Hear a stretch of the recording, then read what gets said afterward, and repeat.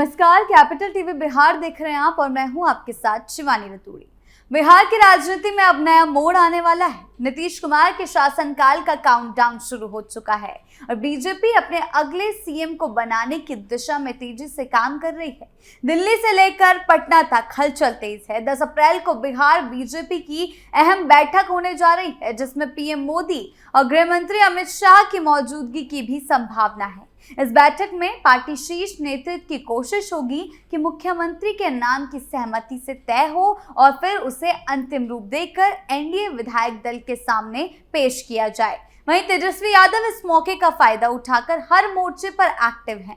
14 अप्रैल के बाद बिहार में राजनीतिक हलचल और तेज होने वाली है और तेजस्वी इस माहौल का राजनीतिक फायदा उठाने के लिए तैयार हैं, जिसमें भी उनकी मुश्किलें बढ़ती जा रही है। तो क्या कुछ चल रहा है बिहार की राजनीति में, आइए जानते हैं विस्तार से। बिहार में राजनीतिक हलचल। बिहार में नीतीश कुमार का शासनकाल खत्म होने का काउंटडाउन शुरू हो गया है। राज्य में बीजेपी अपना मुख्यमंत्री बनाने जा रही है और इसके लिए दिल्ली से लेकर पटना में हलचल तेज है। दिल्ली में 10 अप्रैल को बिहार बीजेपी कोर ग्रुप की बैठक बुलाई गई, जिसकी अध्यक्षता पार्टी अध्यक्ष नितिन नवीन करने वाले हैं। इस बैठक में बिहार प्रदेश के शीर्ष नेताओं के अलावा क्षेत्रीय संगठन मंत्री नागेंद्र जी और प्रदेश संगठन महामंत्री भीखू भाई दलसानिया शामिल होंगे। बैठक के लिए बिहार प्रदेश भाजपा के जिन नेताओं को बुलाया गया उनमें प्रदेश अध्यक्ष संजय सरावगी, डिप्टी सीएम सम्राट चौधरी, डिप्टी सीएम विजय कुमार सिन्हा, केंद्रीय गृह मंत्री राज्य मंत्री नित्यानंद राय और साथ ही साथ पूर्व प्रदेश अध्यक्ष डॉक्टर संजय कुमार जायसवाल, बिहार में मंत्री और पूर्व प्रदेश अध्यक्ष दिलीप जायसवाल, मंत्री मंगल पांडे शामिल है। इस बैठक में प्रदेश कोर ग्रुप से मुख्यमंत्री का नाम सुझाने को कहा जा सकता है। बैठक में इस बात की कोशिश होगी कि आम सहमति से कोई एक नाम तय हो जाए। इस बैठक में जो फैसला होगा उसी के आधार पर पार्टी आलाकमान अंतिम फैसला लेगा। पार्टी आलाकमान की ओर से मुख्यमंत्री का नाम फाइनल किए जाने के बाद गठबंधन के नेताओं को इस बारे में राजी करने की कोशिश की जाएगी और उसके बाद पटना में एनडीए विधायक दल की बैठक में नए मुख्यमंत्री के नाम का ऐलान कर दिया जाएगा। हालांकि राजनीतिक जानकार बता रहे हैं कि मुख्यमंत्री पद की रेस में अभी सम्राट चौधरी का नाम सबसे आगे चल रहा है। अगर कोर ग्रुप की बैठक में कोई किंतु परंतु नहीं हुआ तो सम्राट चौधरी ही बिहार के अगले मुख्यमंत्री हो सकते हैं। उनके नाम पर मुख्यमंत्री नीतीश कुमार और जेडीयू के बाकी रणनीतिकारों को भी कोई आपत्ति नहीं होगी। हालांकि राष्ट्रीय जनता दल ने जिस तरह से सम्राट चौधरी को मुख्यमंत्री बनाने को लेकर चुटकी ली है, उससे भाजपा असहज हो सकती है। बिहार में नई सरकार का गठन एक हफ्ते में हो सकता है। इससे पूर्व 10 अप्रैल को मुख्यमंत्री नीतीश कुमार राज्यसभा की शपथ लेंगे और 14 अप्रैल को वो इस्तीफा देंगे और 15 अप्रैल को नई सरकार का गठन हो सकता है। मंत्री विजय कुमार चौधरी ने बताया कि नीतीश कुमार 9 अप्रैल को दिल्ली के लिए रवाना होंगे। अगले दिन राज्यसभा सदस्य के रूप में शपथ लेंगे और उसके साथ अगले दिन यानी कि 11 अप्रैल को वो पटना लौट जाएंगे। इसके बाद सरकार गठन की प्रक्रिया होगी। इधर बताया जा रहा है कि राज्यसभा के लिए उस दिन केवल नीतीश कुमार ही शपथ लेंगे। बिहार से निर्वाचित भाजपा के राष्ट्रीय अध्यक्ष नितिन नवीन, केंद्रीय राज्य मंत्री रामनाथ ठाकुर और राष्ट्रीय लोक मोर्चा के राष्ट्रीय अध्यक्ष उपेंद्र कुशवाहा का शपथ 16 अप्रैल को होगा।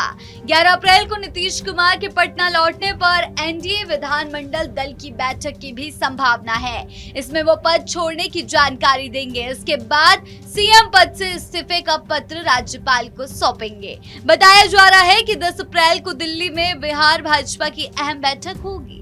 इसमें पीएम मोदी और गृह मंत्री अमित शाह को भी शामिल होने की संभावना है। बैठक में मुख्यमंत्री के नाम पर सहमति का प्रयास किया जाएगा। इस बैठक में कई सीनियर लीडर शामिल होंगे जो मुख्यमंत्री के नाम का चुनाव करेंगे। तेजस्वी यादव की सक्रिय राजनीति। बिहार की राजनीति हमेशा से ही उतार चढ़ाव भरी रही है। यहाँ हर छोटी सी हलचल भी कभी कभी बड़े राजनीतिक बदलाव का संकेत बन सकती है। सत्ता पक्ष हो या विपक्ष, दोनों ही इस अवसर को अपने पक्ष में भुनाने की कोशिश करते हैं। हाल के समय में एनडीए के अंदर नेतृत्व और नीतिगत असहमति की खबरें सामने आई हैं, जिससे राजनीतिक माहौल अस्थिर दिख रहा है। विपक्षी दल आरजेडी और खासकर नेता प्रतिपक्ष तेजस्वी यादव इस अस्थिर माहौल का फायदा उठाते हुए एक्टिवनेस बढ़ा रहे हैं। तेजस्वी यादव ये समझते हैं कि राजनीति में माहौल सबसे बड़ी पूंजी होती है और जब विरोधी दल अभी अस्थिर नजर आ रहे हैं, यानी कि वो सीएम के चेहरे को लेकर असमंजस की स्थिति बनी हुई है, तो उसे अपने पक्ष में इस्तेमाल करने की कोशिश कर रहे हैं। यही वजह है कि वो केवल विरोध करने तक नहीं बल्कि अपना जनाधार मजबूत करने पर भी फोकस कर रहे हैं। तेजस्वी यादव की राजनीतिक रणनीति 3 मुख्य हिस्सों में बची हुई दिखाई देती है। पहला संगठनात्मक, राजनीतिक और दूसरा सामाजिक और भावनात्मक मुद्दों पर पकड़ और तीसरा सरकार की नीतियों पर ठोस सबूत आधारित हमला। इन तीनों पहलुओं के माध्यम से वो बिहार की राजनीति में अब कई मोर्चों पर एक्टिव हैं, क्योंकि उन्हें लग रहा है कि अभी सरकार अपने नए मुख्यमंत्री के चेहरे को लेकर व्यस्त है। संगठनात्मक स्तर पर उन्होंने पार्टी में बदलाव की दिशा में कदम बढ़ाए हैं। नए और युवा नेताओं को प्राथमिकता देने, पुराने नेताओं को हटाकर पार्टी में नई ऊर्जा लाने और स्थानीय इकाइयों के साथ मिलकर नीतियों को प्रभावी बनाने पर ध्यान केंद्रित किया जा रहा है। उनका मकसद केवल विरोधी दल की भूमिका निभाने का नहीं, बल्कि बिहार की अगली सरकार में केंद्रीय नेतृत्व की भूमिका निभाने की तैयारी करना है। संगठनात्मक मजबूती के साथ साथ तेजस्वी सामाजिक समीकरणों को भी फिर से एक्टिव करने में लगे हुए हैं। खासकर दलित, मुस्लिम और वैश्य समुदाय को जोड़ने की रणनीति पर जोर है। ये वही सामाजिक धारा है जिसमें पहले आरजेडी को मजबूत किया था और तेजस्वी अब उसे नए तरीके से पुनर्जीवित करने की कोशिश कर रहे हैं। सामाजिक और भावनात्मक मुद्दों पर तेजस्वी की पकड़ भी उनकी रणनीति का अब अहम हिस्सा बन रही है। हाल ही में उन्होंने विधायक विभा देवी के घर जाकर उनके बेटे की मौत पर उनसे ढांढस बंधाया। विभा देवी पहले आरजेडी से जुड़ी थी, लेकिन बाद में उन्होंने जेडीयू का दामन थामा। तेजस्वी ने उन्हें न्याय दिलाने का आश्वासन दिया है। ये कदम सिर्फ राजनीतिक समर्थन नहीं, भावनात्मक जुड़ाव दिखाने का भी तरीका था। राजनीति में भावनात्मक जुड़ाव बहुत जरूरी होता है, क्योंकि लोग ऐसे नेताओं को याद रखते हैं जो मुश्किल समय में उनके साथ खड़े दिखे।